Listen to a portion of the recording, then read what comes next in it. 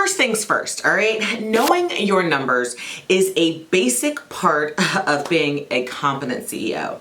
You have to be able to keep track of exactly what your goals are and what numbers you need coming into your business on a regular monthly basis in order to be able to have a profitable business, in order to make money, in order to be able to survive, in order to be in business.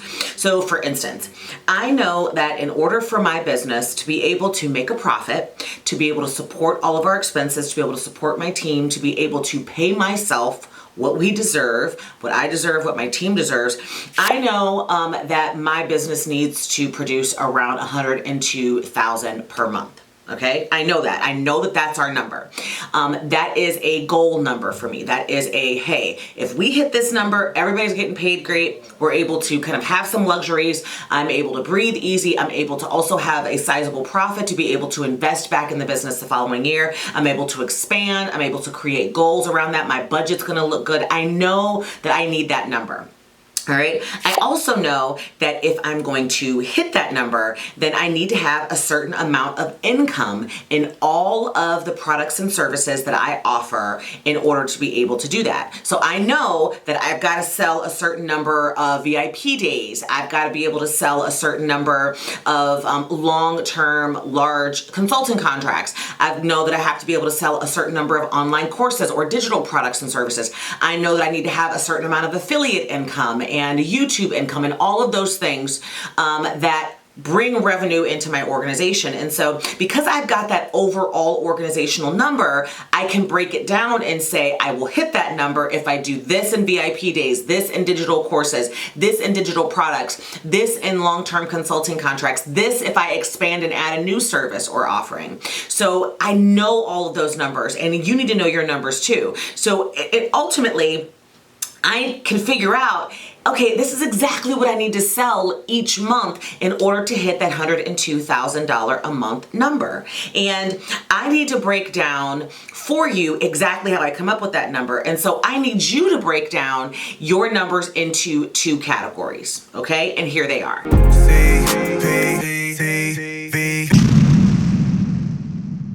Category number one, you need to understand your revenue numbers. That what I just described to you is an example of understanding and knowing your revenue numbers.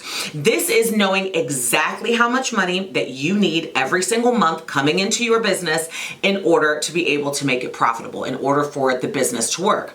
And the only way that you're going to know your revenue numbers is if you add up and have a good financial structure. I talk about financial structure all the time. And this is a big part of the reason why you need it. People sometimes think that you need to have a financial structure so you can get loans or so you can get credit cards or whatever. No, you need to have a good financial structure so that you know exactly what's going out each month in order for you to be able to determine what needs to come in.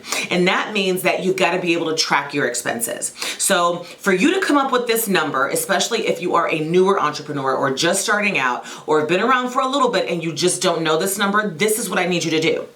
I need you to ultimately go into your financial software, because you should have that financial software set up.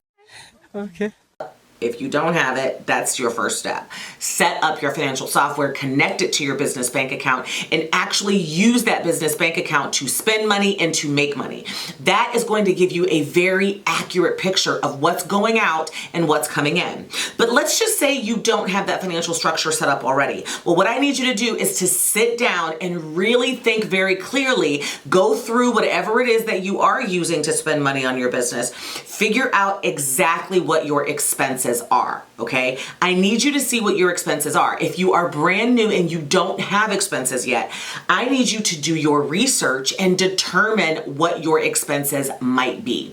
Now that part that I said might be, yes, you're going to be guessing, but you need to guess through research. So it is an educated guess, and that will get you really, really close to what your expenses are going to be.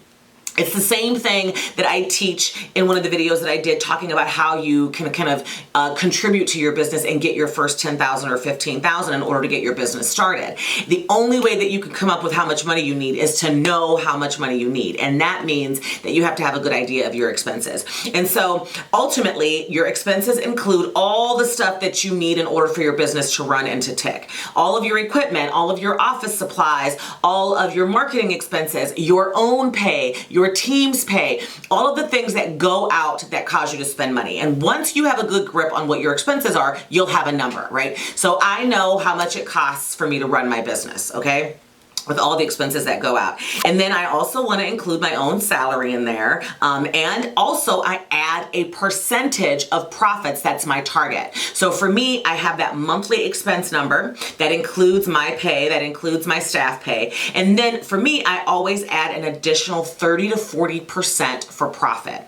That gives me good wiggle room. Sometimes when I think we can really have a great year, I'll add 50%.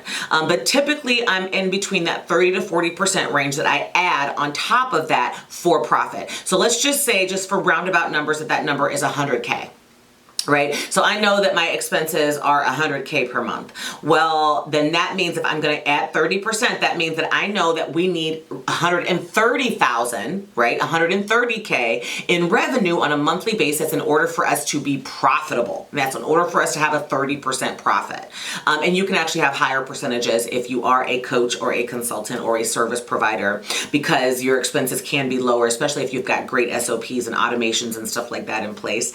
And if you'd like me to get into that a little bit more, let me know in the comments below, because I will be happy to dive deeper into that, because those intellectual property types of businesses, coaching, consultant, speaking, they don't have a lot of overhead. They shouldn't. So ultimately, I add that percentage, and that's my number. That's my revenue number. So in this example, it's 130K. So let's talk about what category 2 is. So first, you got to know category 1, which is your overall revenue target, how much you need every month in order for your business to tick. Category number 2 is your sales numbers. Yes, my love, they are totally different. Your revenue numbers, you need to know how much money you need coming in. But your sales numbers is all the numbers, knowing exactly how much you need to sell, how many customers you need to sell, what that hardcore number is in order to hit the revenue number that we just talked about. So this types of number includes your number of leads, the number of presentations, the number of discovery calls, the number of proposals you need to have going out, the number of proposal acceptance, the number of everything that's going on inside of your business from a sales perspective that you need in order to hit that revenue target. So let me give you an example. I'm going to break this down for you right now. Grab your pen and your pad, because this is going to be important for you to understand.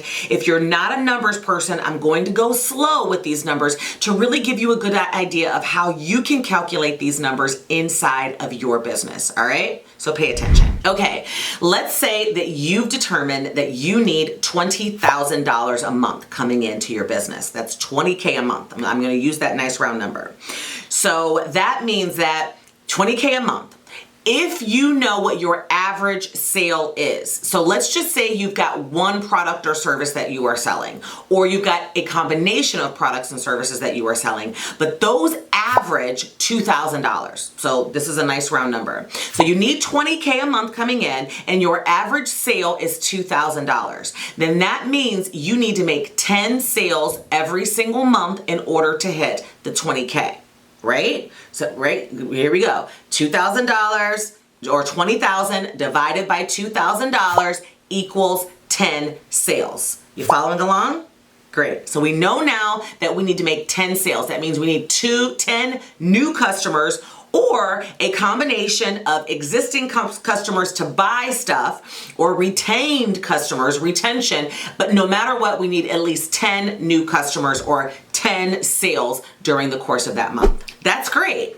Now you know how many sales, but I need you to go even deeper, because knowing how many sales has nothing to do with you really truly understanding what your numbers need to be in order to get to those sales. And that, my love, is where the beauty of all of this lies.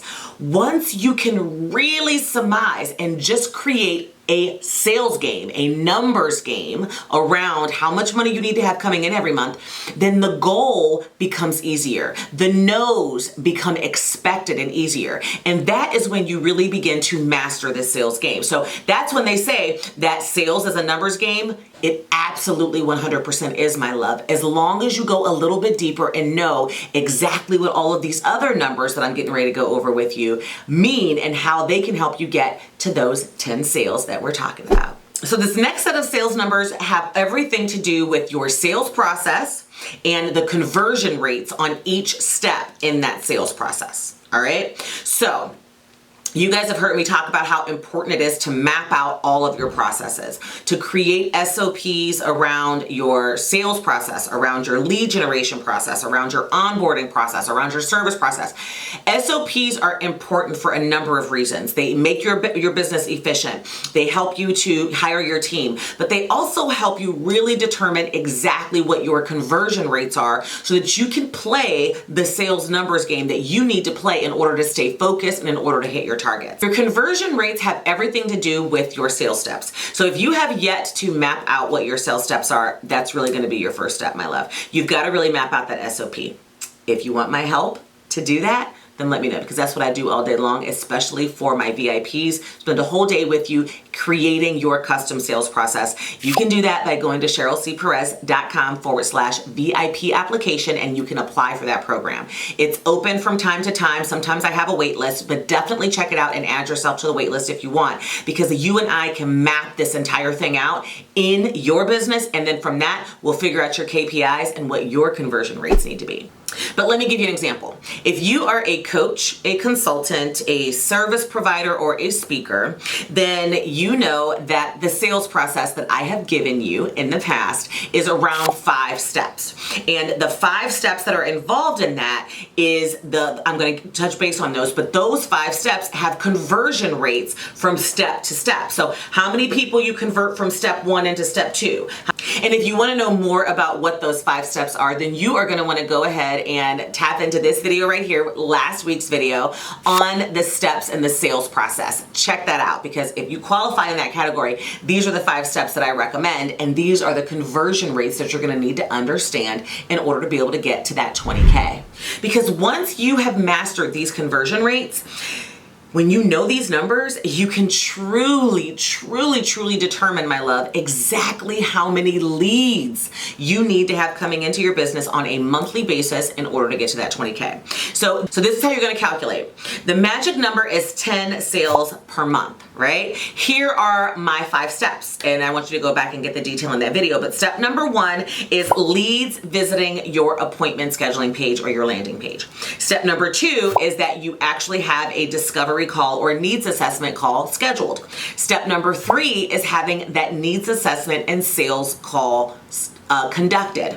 Step number 4 is that you're going to have a proposal delivered in that sales process. And step number 5 is that you're going to have the proposal accepted and your service agreement signed. Those are like generally the 5 steps in the sales process. So now that I know those 5 steps, here is how you are going to calculate the conversion rates and us figuring out exactly what numbers we need in each of those 5 steps in order to get to those 10 sales, thus getting us to that 20K per month. So with those steps, here's how we're going to get to the 10 sales per month. All right. First, I know that we need 250 leads to visit the landing page for step number 1. And because I have a conversion rate of about 30% from step number 1, so that means that 75 calls will actually get scheduled. So of the 250 leads that visit the landing page, 75 calls are actually going to get scheduled, because 30% of 250 equals 75. Now, 75% of them get scheduled, but we all know that 100% of those appointments that get scheduled do not actually happen. There is also a conversion rate or a show rate for those calls. So if I say I need 75% of my calls to have a show rate, I know that 75% of them show. That means of those 75 calls that I've gotten scheduled, 75% of them equals I will have 56 calls actually conducted.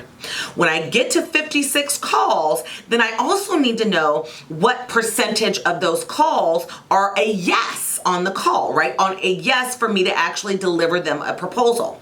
So if I've got 56 calls being conducted and 60% of those calls become a yes right there on that call, yes, I'm interested, yes, send me the proposal, yes, let me look at more information, then 60% of them requiring proposal delivery means that 33 proposals will actually be sent out based upon my calls, all right? 33 proposals will be sent out.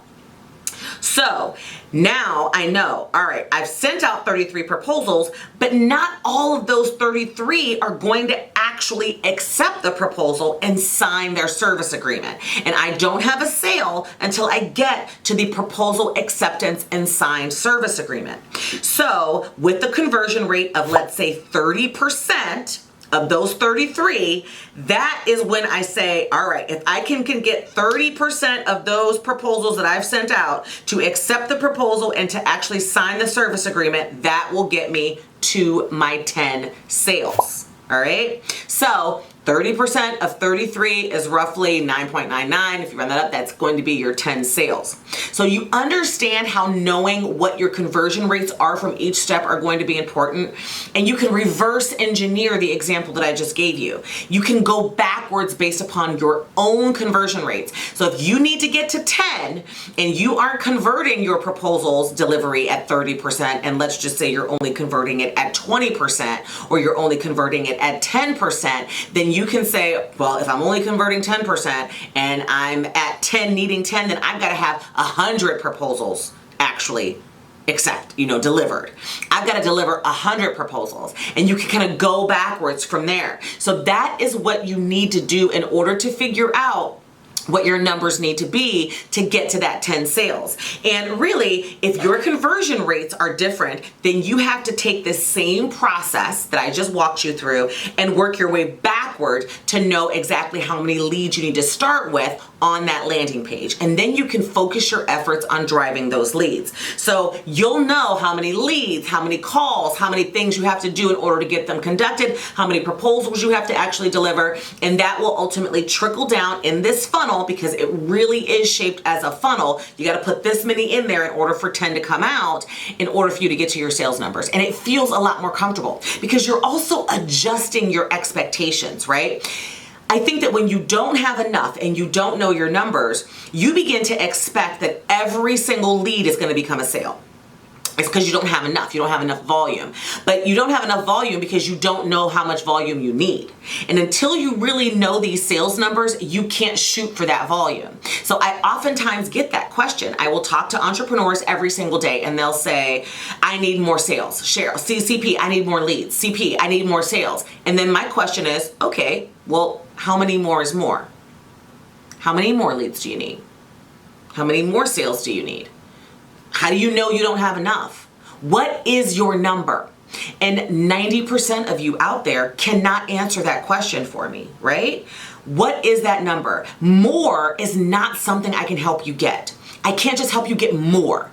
1 is more than 1. So 2 is more than 1. Is 2 enough? 3 is more than 1. Is 3 enough? 5 is more than 1. Is 5 enough? Well, in this example that I just gave you, 5 still isn't enough. So you're going to constantly be asking for more.